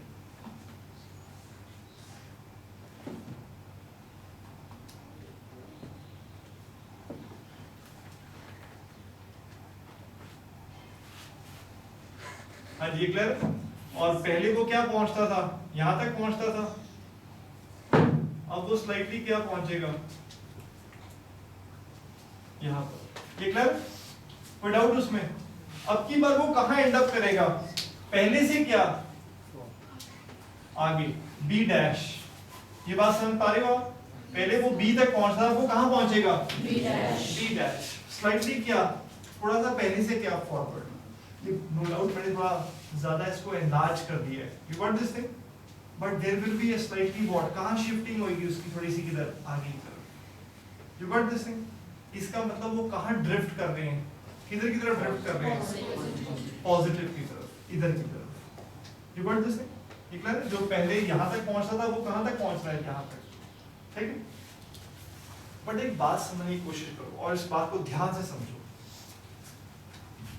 देखो हो क्या रहा है, ये जगह अंदर अगर खाली होती, एम्प्टी, अगर ये क्या होता खाली, और इलेक्ट्रॉन यहां पर होता, ठीक है, एक इलेक्ट्रॉन खाली जगह में है, ठीक है, आप यहां पर अचानक क्या लगा दो, पॉजिटिव, और यहां पर क्या लगा दो, नेगेटिव, तो इलेक्ट्रॉन उस तरफ क्या होना शुरू हो जाएगा, एक्सेलरेट होना शुरू हो जाएगा, और एक्सेलरेट होता ही जाएगा, स्पीड पे करता ही जाएगा, क्यों, बीच में कोई इसको रोकने वाला नहीं है, ये clear, you got this thing, okay. But actual में जब कंडक्टर के अंदर इलेक्ट्रॉन होता है तो वो अनइंटरप्टेड मूव थोड़े ना कर रहा है, वो जैसे ही मूव करता है उसका अचानक क्या हो जाता है, कोलिजन। ये clear, you got this thing. कुछ टाइम के बाद उसका क्या हो जाता है, कोलिजन हो जाता है, फिर वो मूव करता है, फिर कोलिजन हो जाता है, फिर वो मूव करता है, फिर कोलिजन हो जाता है। ये clear, you got this thing. Okay, तो वो बार बार क्या कर रहा है, कोलाइड कर रहा है, ठीक है। तो वो इस डायरेक्शन में वेलोसिटी क्या करता है, पिक करता है। जैसे ही वो चलना शुरू करता है, क्लियर है, तो वो जैसे जैसे आगे जाएगा वो क्या फील करेगा कि उसके ऊपर राइट इस डायरेक्शन में क्या लग रही है, फोर्स लग रही है। तो वो यहां पर जैसे ही टकरा के कहीं और से आया, सपोज करो जैसे ही यहां पर आया, अचानक आपने क्या कर दिया, स्विच ऑन कर दिया, तो अचानक क्या लग गई, इलेक्ट्रिक फील्ड लग गई। क्लियर। तो जब वो यहां से चला था उसका कोई मूड नहीं था उधर जाने का, पर जैसे जैसे वो चलता रहेगा वो फील करेगा कि उसके ऊपर इस डायरेक्शन में क्या लग रही है, फोर्स लग रही है। ये क्लियर है। और जब तक वो यहां तक पहुंचेगा अगले कोलिजन तक, तो वो कुछ स्पीड इस डायरेक्शन में क्या कर चुका होगा, गेन कर चुका होगा। क्यों? बिकॉज इस डायरेक्शन में क्या लग रही है, फोर्स। ड्यू टू दैट वो कुछ स्पीड क्या कर लेगा, पिक कर लेगा, जिसको हम क्या बोलते हैं, ड्रिफ्ट स्पीड। बट अचानक क्या हो जाएगा, कोलिजन हो जाएगा। ये क्लियर है। तो जैसी कोलिजन हुआ वो फिर अब चलना शुरू हो गया। क्लियर। तो वो फिर से धीरे धीरे क्या करेगा, स्पीड क्या करेगा, पिक करेगा, किस डायरेक्शन में, इस डायरेक्शन में। फिर से क्या हो जाएगा, कोलिजन हो जाएगा। तो ये काम बार बार चलता रहेगा। ठीक है। वो ड्रिफ्ट स्पीड क्या करेगा, हर बार क्या कर रहा है, गेन कर रहा है, और एकदम से क्या हो जाता है, कोलिजन। और जैसी कोलिजन होता है एकदम से पूरी तरह से क्या हो जाता है, मेमोरी लॉस। उसको पुराना कुछ नहीं याद रहता, उसको सब कुछ क्या करना पड़ेगा, दोबारा से शुरू करना पड़ेगा। ये क्लियर, कोई डाउट उसमें? तो हर बार वो एक कोलिजन से दूसरे कोलिजन के बीच में क्या गेन कर रहा है, ड्रिफ्ट स्पीड क्या कर रहा है, गेन कर रहा है। बट जैसे ही कोलिजन होता है सारा प्रोसेस दोबारा से क्या होगा, रिपीट होगा। ये क्लियर है, रीस्टार्ट होगा सब कुछ। पहले की ड्रिफ्ट स्पीड कोई ऐड नहीं होगी। क्यों? बिकॉज वो स्ट्रेट पाथ में थोड़े ना चल रहा है, अनइंटरप्टेड है ना, कि बढ़ती जा रही है, बढ़ती जा रही है ना। जैसे किसी गाड़ी को आप स्ट्रेट पाथ पे दौड़ा रहे हो, आपकी एक्सेलरेशन लेट्स से 10 मीटर पर सेकंड स्क्वायर है, क्लियर, और आप स्ट्रेट चल रहे हो, तो 10 मीटर पर सेकंड स्क्वायर एक्सेलरेशन का मतलब क्या हुआ कि हर सेकंड में आपकी वेलोसिटी 10 मीटर पर सेकंड बढ़ती जाएगी। ठीक है। बट यहां पर जैसे ही यहां तक पहुंचता है, स्पीड गेन की थी, टकरा गया तो फिर सारा काम क्या हो गया, दोबारा शुरू हो गया। ठीक है। तो हमें क्या निकालना है कि between two successive collisions, clear, दो लगातार कोलिजन्स के बीच में, क्लियर, वो कितनी ड्रिफ्ट स्पीड क्या करता है, गेन करता है। और time between two successive collisions को बोलते हैं रिलैक्सेशन टाइम, और उसको डिनोट किससे करते हैं जी, टाउ। क्या बोलते हैं, रिलैक्सेशन टाइम। और ये क्या होता है, what is this, this is time between two successive collisions, time between two successive collisions। ये क्लियर है? दो लगातार कोलिजन्स के बीच में जो टाइम होता है उसे क्या बोलते हैं, रिलैक्सेशन टाइम। कोई डाउट उसमें? तो टाउ टाइम में वो कितनी ड्रिफ्ट स्पीड क्या करेगा, गेन करेगा, ये हम निकालना चाहते हैं। बात समझ में आई? कोई डाउट इसमें? ओके, तो जब इलेक्ट्रिक फील्ड 0 थी तो ड्रिफ्ट स्पीड क्या थी, 0। पर जैसे ही आपने इलेक्ट्रिक फील्ड लगा दी, इलेक्ट्रिक फील्ड क्या है, नॉन जीरो, तो ड्रिफ्ट स्पीड भी क्या हो जाएगी, नॉन जीरो। ये कर, और वही हम निकालना चाहते हैं। तो एक बात ध्यान से सुनो, लिखो मत, देखो, जैसे वो यहां पर पहुंचा कहीं और से कोलिजन कर, सपोज करो आपने स्विच क्या कर दिया, ऑन कर दिया, अचानक क्या हो गई, इलेक्ट्रिक फील्ड लग गई। ये क्लियर? तो जब वो यहां से चला था तो क्या शुरू में उसके पास कोई ड्रिफ्ट स्पीड थी? क्या शुरू में वो इरादा बना के चला था कि मैं उधर जाऊंगा? उसकी आंखें थोड़े ना कि वो देख रहा है कि अच्छा पॉजिटिव लग गया है, ये क्लियर है, कि अब मैं इधर जाऊंगा। शुरू में उसका कोई मूड नहीं था उधर जाने का। ये क्लियर? वो तो जैसे जैसे चलता रहा वो क्या फील करता रहा, फोर्स। उस फोर्स की वजह से उसकी इस डायरेक्शन में क्या आती रही, ड्रिफ्ट स्पीड गेन करता रहा। शुरू में कोई इरादा नहीं था उसका, इसकी नीयत बिल्कुल साफ थी, इसकी शुरू में कोई ड्रिफ्ट स्पीड नहीं थी, ठीक है। तो हम कैसे निकालेंगे ड्रिफ्ट स्पीड, और आप क्या निकालना चाहते हो, यहां से यहां पहुंचने तक उसने कितनी ड्रिफ्ट स्पीड गेन कर ली, मतलब कितने टाइम, इतने टाइम के बाद। टाउ क्या है, दो कोलिजन्स के बीच का एवरेज क्या टाइम, एवरेज। मेरे को एवरेज क्यों बोलना पड़ रहा है, कोई पर्टिकुलर टाइम थोड़ी ना कि इतने के बाद ही कोलिजन होना है, कोई जल्दी टकरा रहा है, कोई थोड़ा देर में टकरा रहा है, तो हमने कौन सा टाइम ले लिया, एवरेज। तो हम ये फॉर्मूला अप्लाई करेंगे, v equal to u plus 80, final drift speed है ना, टाउ टाइम के बाद कितनी होगी, वो क्या होगी, इनिशियल ड्रिफ्ट स्पीड प्लस क्या, एक्सेलरेशन इनटू क्या, टाइम कौन सा लेंगे, टाउ, रिलैक्सेशन टाइम। ये क्लियर, कोई डाउट, वेरी गुड। अब ये बताओ फाइनल ड्रिफ्ट स्पीड क्या होगी, what is initial drift speed, zero. What is acceleration, force upon mass. What is time, tau. अब एक बात बताओ, इलेक्ट्रॉन पे फोर्स क्या लगेगी जी, QE, और Q क्या होता है, EE, मैग्नीट्यूड ले रहे हैं हम, है ना, चिंता नहीं करनी, माइनस क्यों नहीं लिया, राइट। तो force is E charge, E electric field upon M mass of electron into what, tau. End of discussion, ठीक है। सो ड्रिफ्ट स्पीड इतनी गेन करेगा, कितने टाइम में, टाउ। ये क्लियर, बट प्रॉब्लम ये है कि जैसे इतनी ड्रिफ्ट स्पीड गेन करेगा टकरा जाएगा, और जैसे ही टकराएगा फिर से क्या हो गया, है ना, गजनी टाइप, भूल गया सब, गॉट इट। फिर से सारा प्रोसेस क्या होगा, दोबारा से शुरू होगा। फिर वो जब तक नेक्स्ट टाइम कोलिजन करने तक रफली इतनी ड्रिफ्ट स्पीड क्या करेगा, फिर से क्या कर लेगा, गेन कर लेगा, ठीक है। तो सभी इलेक्ट्रॉन्स के पास ऑन एन एवरेज कितनी ड्रिफ्ट स्पीड होती है, इतनी, ठीक है। कोई डाउट इसमें, ठीक है, ये बात समझ में आई, ये है। पता चलता है कि ड्रिफ्ट स्पीड इतनी क्यों है, क्यों वो तेज क्यों नहीं होते जा रहे, क्योंकि तेज होने लगते हैं टकरा जाते हैं, फिर तेज होता है फिर टकरा जाता है ना। तो ड्रिफ्ट स्पीड इतनी ही गेन कर पाते हैं, ठीक है। कोई भी डाउट इसमें, नाउ लिसन हियर, यहाँ से हम एक बड़ा इंपॉर्टेंट रिलेशन निकाल सकते हैं, यहाँ तक तो क्लियर।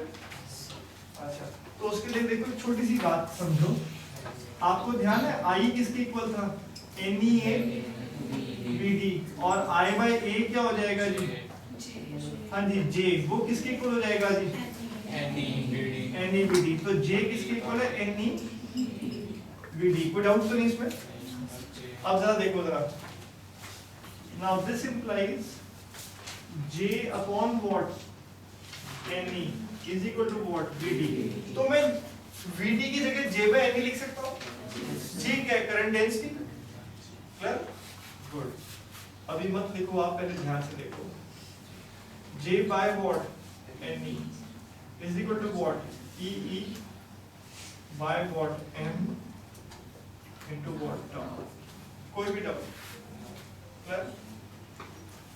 E को एक साइड पे रखो, बाकी सबको दूसरी साइड पे शिफ्ट करो, सर मैं इस टर्म को इधर लिख रहा हूँ, तो E को वन साइड पे रखना है और बाकी सारी टर्म्स किधर शिफ्ट करनी है, अदर साइड पे। क्या बन जाएगा, ध्यान से देखो, M इधर जाएगा, हाँ जी M इधर जाएगा, और ये क्या होगा, E और टाउ नीचे आएंगे, NE स्क्वायर बाय क्या हो जाएगा, टाउ।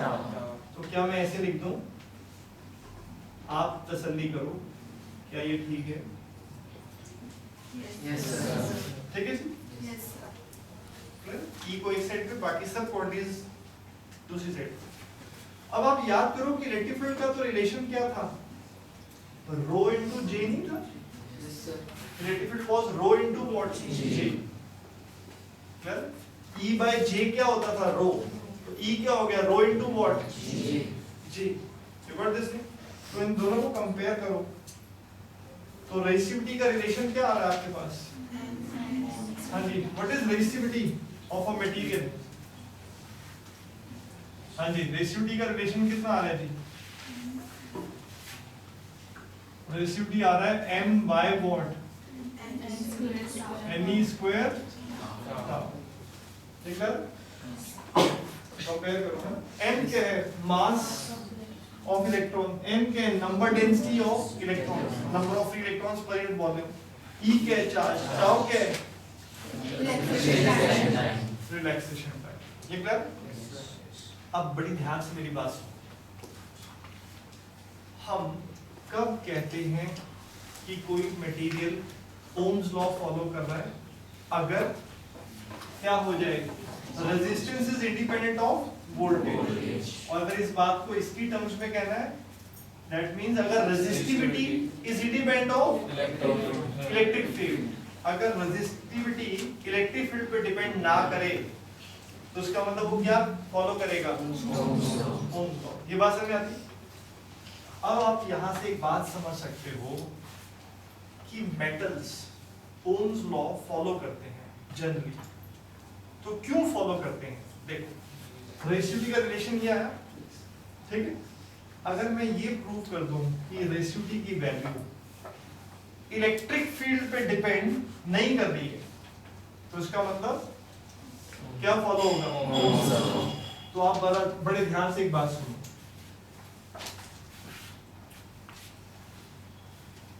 आपने जब तक इलेक्ट्रिक फील्ड नहीं लगाई थी, इलेक्ट्रॉन्स की वेलोसिटी क्या थी? 10⁻⁶ मीटर पर सेकंड, रैंडम, है ना? जैसे ही आपने ऑन कर दिया तो ये तो ही उनके पास, इसके साथ साथ एक और आ गई, कौन सी? ये भी आ गई, है ना? अब ये जो वेलोसिटी होती है ये रफली इतनी होती है। ड्रिफ्ट स्पीड रफली क्या होती है? रफली अगर मैं बात करूं 1 to क्या 2 मिलीमीटर पर आर, 1 to 2 मिलीमीटर पर आर। सेकंड्स में निकालनी हो तो क्या हो जाएगी? 0.0001 मिलीमीटर पर सेकंड। ठीक है? तो ड्रिफ्ट स्पीड रैंडम के कंपैरिजन में क्या है? नेग्लिजिबल है, ना के बराबर है। कहा तो 10⁻⁶ मीटर पर सेकंड। तो उसमें कितनी ऐड हुई? आपके बैटरी लगाने की वजह से, इलेक्ट्रिक फील्ड लगाने की वजह से कौन सी वेलोसिटी आ गई? रैंडम तो थी, क्या आ गई? ड्रिफ्ट आ गई। पर ड्रिफ्ट कितनी है? बहुत बहुत क्या है? कम है। ठीक है? ओके। तो जैसे ही आपने इलेक्ट्रिक फील्ड लगाई, या आप इलेक्ट्रिक फील्ड और बढ़ा भी दो, बहुत बढ़ा दो, तो ड्रिफ्ट स्पीड क्या हो जाएगी? बढ़ेगी। क्योंकि देखो ड्रिफ्ट स्पीड किसके प्रोपोर्शनल है? इलेक्ट्रिक फील्ड की। पर ड्रिफ्ट स्पीड कितनी बढ़ जाएगी? 1 to 2 मिलीमीटर है, 3 मिलीमीटर हो जाएगी, 4 मिलीमीटर हो जाएगी। ये clear? You got this thing? तो ड्रिफ्ट स्पीड बहुत क्या होती है? थोड़ी होती है। तो जैसे से आप इलेक्ट्रिक फील्ड निकाल बढ़ा रहे हैं, सिर्फ कौन सी स्पीड बढ़ रही है? ड्रिफ्ट स्पीड, जो कि रैंडम के कंपैरिजन में क्या है? नेग्लिजिबल है। क्लियर? तो अब टोटल स्पीड क्या हो गई है? What is total speed? Total speed is random plus what? Drift speed. But drift speed is negligible. ये क्लियर है? कुछ बहुत बड़ा इजाफा नहीं हो गया है। ठीक है? तो आपने इलेक्ट्रिक फील्ड लगाई, क्या मास में कोई चेंज आया? नहीं। क्या n में कोई चेंज आया? नहीं। क्या e में कोई चेंज आया? नहीं। क्या टाउ में कोई चेंज आया? नहीं। क्यों? टाउ है दो कोलिजन्स के बीच का टाइम। क्लियर? तो स्पीड बढ़ी है बट ना के बराबर। क्लियर? स्पीड ना के बराबर बढ़ी है। तो आपके इलेक्ट्रिक फील्ड लगाने से इन चीजों पे कोई चेंज नहीं आया। So that means resistivity is independent of electric field. That is why metals obey. ये बात समझ में आती? Yes, yes. अच्छा, अब इसमें लगे हाथ एक चीज और समझ लो। टेम्परेचर से देखते हैं क्या होएगा जी। अगर आप टेम्परेचर बढ़ा दो, हाँ जी सुनो, फॉर मेटल्स अगर आप टेम्परेचर बढ़ा दो क्या होगा? आपने टेम्परेचर बढ़ा दिया, बैटरी सब लगा रखी, टेम्परेचर बढ़ा दिया, टेम्परेचर बढ़ा दिया, मास बढ़ा नहीं, ई बढ़ा नहीं, ई में कोई चेंज नहीं। और मेटल्स के लिए फ्री इलेक्ट्रॉन्स बहुत सारे होते हैं, तो टेम्परेचर बढ़ाने से नंबर ऑफ फ्री इलेक्ट्रॉन्स कुछ खास नहीं बढ़ेंगे, थोड़े बहुत बढ़ सकते हैं, कुछ बॉन्ड्स टूट जाएं, बट ज्यादा कोई चेंज नहीं आएगा। किसमें? एन में। एन क्या है? नंबर ऑफ फ्री इलेक्ट्रॉन, क्योंकि ऑलरेडी बहुत है। आपके टेम्परेचर बढ़ाने से कुछ खास फर्क नहीं आया, तो नो डाउट ये थोड़ा बहुत क्या करेगा, बढ़ेगा, बट ज्यादा नहीं। और आपने टेम्परेचर बढ़ा दिया, टेम्परेचर बढ़ाने से वेलोसिटी क्या हो जाएगी उनकी? बढ़ जाएगी। वेलोसिटी बढ़ गई तो अब उनकी कोलिजन्स क्या होंगे? जल्दी जल्दी या देर में? जल्दी जल्दी। तो दो कोलिजन्स के बीच का टाइम क्या हो जाएगा? कम हो जाएगा। ये क्या कर जाएगा? डिक्रीज। तो ओवरऑल डिनोमिनेटर ने क्या करना है? ओवरऑल डिनोमिनेटर क्या हो जाएगा जी? यस, ओवरऑल डिनोमिनेटर क्या कर जाएगा? डिक्रीज। क्योंकि ये ज्यादा डिक्रीज करेगा, ये हल्का सा क्या करेगा? इंक्रीज। तो ये डिक्रीज तो रेशियोटी क्या करेगी? इंक्रीज। तो टेम्परेचर इंक्रीज तो रेशियोटी ने क्या करना है? रेशियोटी विद सॉरी इंक्रीज। बिल्कुल जी, ये क्लियर है? कोई डाउट? तो मेटल्स के लिए टेम्परेचर बढ़ाने पर रेशियोटी क्या करती है? क्यों? बिकॉज टाउ क्या हो जाता है? कम। अब ये आप बाद में चलकर पढ़ोगे, बट इसको मैं यहां मेंशन कर रहा हूं। क्या? फॉर क्या? सेमीकंडक्टर्स। ये भी एक टाइप के क्या होते हैं? मटेरियल होते हैं, semiconductors. Clear? What this thing? तीन टाइप के होते हैं। Conductor, very good conductor. Insulator, very bad, है ना कंडक्टर्स। सेमीकंडक्टर्स मतलब जो मिडल में लाई करते हैं, ना तो बहुत अच्छे कंडक्टर ना बहुत अच्छे इंसुलेटर। तो सेमीकंडक्टर्स के लिए क्या होता है? अगर आप टेम्परेचर बढ़ाओगे, मैं दोबारा से यहाँ लिख देता हूँ ताकि हम यहाँ पे मेंशन कर पाए, Ne²। देखो, टेम्परेचर बढ़ाने पर सेमीकंडक्टर्स में क्या होगा? मास पे कोई फर्क नहीं, इलेक्ट्रॉन के ई पे कोई फर्क नहीं, क्लियर? और टेम्परेचर बढ़ाने पर टाउ नो डाउट क्या कर जाएगा? डिक्रीज कर जाएगा। बट सेमीकंडक्टर्स में फ्री इलेक्ट्रॉन्स थोड़े होते हैं। जैसे ही आप टेम्परेचर बढ़ाओगे, बहुत सारे बॉन्ड्स टूट जाएंगे और अचानक नंबर ऑफ फ्री इलेक्ट्रॉन्स क्या हो जाएगा? बहुत बढ़ जाएगा। वो टेम्परेचर सेंसिटिव होते हैं बहुत ज्यादा। तो जैसे ही आपने टेम्परेचर बढ़ाया, ये क्या हो जाएगा जी? ये बहुत ज्यादा बढ़ेगा। तो ओवरऑल डिनोमिनेटर क्या हो जाएगा जी? इंक्रीज। तो रेशियोटी क्या कर जाएगी? डिक्रीज। समझ में आया? Yes, sir. तो सेमीकंडक्टर के लिए ऐसा हो जाता है। अब ये बहुत बार पूछा गया है कि टेम्परेचर बढ़ाने पर मेटल्स में क्या होगा? रेशियोटी इंक्रीज, और इनमें क्या होगा? कोई डाउट?